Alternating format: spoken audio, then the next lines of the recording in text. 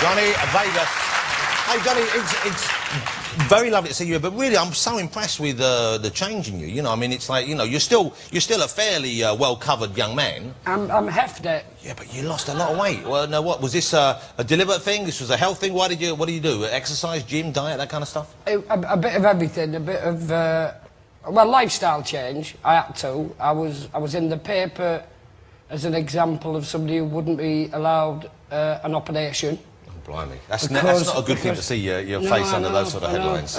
Fatty smoker. Fatty smoker. Turned away at the hospital gates. So, yeah, I decided to make a bit of a difference to my life. And I was getting gout as well, which is... So there were a number of warning signals out there then? Well, that and the numbness in the left arm. It's very tricky playing PlayStation with one hand in your nose. The gout, you actually had gout? I had gout. Now, gout, I think of gout as being, you know, like Victorian or Edwardian gentlemen having gout from too much pork and pheasant, maybe. You think of it being that kind of lifestyle. I imagine that wasn't how you got it. Well, you don't get it from anything. You don't get bit by a mystical beast. I got bit by the gout cow. Well, I fed him too close. You said you're at the zoo, the gout cow. Do not feed the gout cow with cheese. That sounds like you would say that as an insult to someone. You are a gout cow. You are a gout cow. Leave now. You're fired. And don't bite me on your exit. So you didn't catch it from an animal? No, it's crystals in your wee. Apparently. It's something in your system that builds up, and it builds up on the joints. Oh, God. Now, I don't know if it escapes your wee bag and gets into you. I don't know how it does it, but it is incredibly painful. So it's like a kettle when a kettle furs up.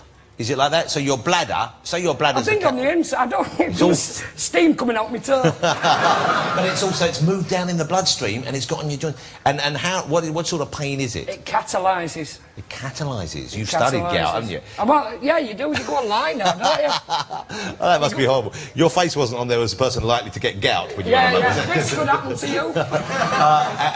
you. So how painful is it? Can you walk? Can you move when you have gout? No, you can't do anything. It's like a fresh fracture. It's like fracturing your foot, but it stays like that for weeks. Oh, man, that was... And people... It becomes like the Battle of Leonardo film, you know, where people try and help you and people have suggestions and you can't move. Yeah, you know, why don't you do something to help me? Oh, and now it's gone. Can they give you anything for it? Do they rub anything on it? You can take tablets, but it gives you kidney stones. And it wasn't a health thing, you know, it wasn't that. I would have lived with gout if I had to. You would have stuck with the gout? Well, I would have, for certain things. It was, I sat down with the doctor. Well, you're not a quitter. No, I'm not. Well, I let cheese go. I let cheese out my life. You've given up cheese? Yeah. I don't think I could give up cheese. Even cream cheese. No. Why even cream the cheese? triangles. So you don't even have a baby bell occasionally? No. I chase them through the park. But I just shout at people going, leave them alone! They've got a right to be fast, yeah. I chase them and kick them. Like a tiny football. Yeah. Look what you did to me, you little red shit. So, but you...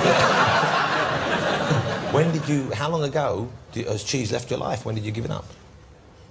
About a year. Oh, Jesus. A whole year cheese-free?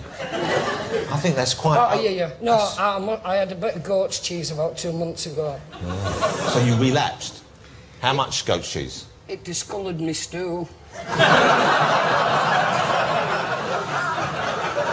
God bless you for sharing that particular... No, and then you're going, and that was doing that to me day after day, week after week. There's people out there, you're doing things to your bodies you don't understand. You're eating something that comes out of a goat or cow's tit. And then you're letting it go off, and then you're churning it. And then you're heating it, and you're eating it. OK, let's talk about Ideal. Ideal's back on BBC Three, and is this the fourth series or the third series? It's the fourth series. Fourth series. I've enjoyed the show. You know what? It's got better every series, I think. I think it's got better as a show. You've got better as a performer. It was good to start with, but it's just grown. It's got better. I think honestly, this fourth series, everybody's come away from it really, really happy and really excited, and that you feel really guilty because you think the people who directed and produced and worked on it before were quite up to the task, and it's not that at all, but there's something about this force. Everybody knows what they're doing. Yeah, yeah. So you're like a little family coming back You together. come together as a team? Yeah. Okay. You play a drug dealer in it. You've played a drug dealer from day one. But he's kind of a sort of soft-hearted drug dealer in a way. He's a soft bloke. He's a nice bloke, and he deals in mainly soft drugs. Is that right? Just cannabis and... Yeah, he only does hash and weed. Okay, hash and weed. That's his only thing. He doesn't deal or occasionally... He doesn't like to take anything else. That's his... He's a bit of... Originally, when we created him, we said... Well, I didn't create him. Graham Duff, the writer, did, but we were talking about the fact that he's pretty much agoraphobic. Yeah, So because most of it's set in your flat, isn't it? I mean, it's almost all filmed there. Yeah, he deals from the flat, and he smokes a lot, and a lot of the stuff he gets from his friend who's a policeman. Let's have a look at the clip. This is next Monday's episode of Ideal. It's on BBC Three. If you haven't called it yet, I urge you to give it a go. It's great fun. It does go on BBC Two, but they tend to shift it for international bowls from Cleethorpes. And the curling, of course. Yeah, the Scottish women's curling. This is Johnny Vegas in Ideal. I'll get it.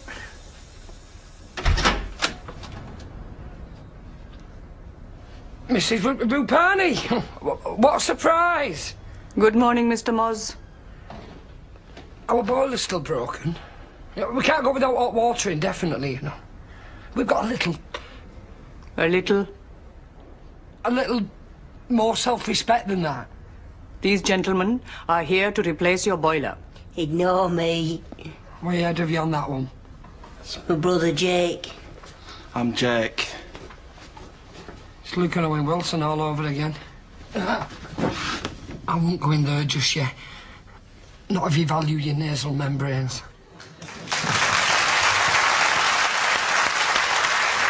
Ideal, Monday night, and sometimes on BBC Two as well, but Monday night's BBC Three. Well, it is. I must say as well, it's not a show ostensibly about drugs. It is the characters that come in and out of his life. You know, I think that's the biggest thing. There's been no outrage about the show because... It's not about drugs, it doesn't really feature drugs. It's something that he does as a job, but it's mainly all the other things that It could be just as well he was like a dealer in cheese who didn't leave his house. Yeah, a dealer in cheese whose legs swell up. That's why he can't walk, he's got the gout. Now, I hope... Now, have you given up stand-up? I know you did a stand-up gig recently, which we should talk about, because there's been some stuff in the papers about it, but do you do stand-up comedy anymore? Do you see yourself primarily as an actor now? I don't know. It'd be really wanky to go... I primarily see myself as an actor in that way, but... Yeah, I've not done... In fact, I think the last time I was on here, we were talking about, you know, the whole idea of not really doing stand-up anymore. Yeah. And I've not done stand-up for a year. And then, you went back and did one gig recently. Why did you go back on stage and do that? I did it because I'd made a long-term commitment to a friend, Stuart Lee, and he was putting a show together, favourite. He's sort of a heroes of stand-up, as far as he was concerned. Right. So he was going to compare it, and every week 2 acts come on that he considers, you know, great heroes, yeah, stand-up. So now, and because I've seen you live before, I've seen you perform live, and I don't know if you've ever seen Johnny Vegas live, but the thing about it was, it kind of felt like you never knew what was going to happen next, where it was going to go, and in a way I thought it made sense to me that you'd stop doing it, because I thought, well, how can he keep doing this? How can he keep being this, you know, you have to be bigger and crazier and you know, more wild every time, and there's a way where you can't just by very nature of it, keep topping it. But you remember, and then something happened there, someone got upset, or there was a report that someone got upset afterwards, after this gig?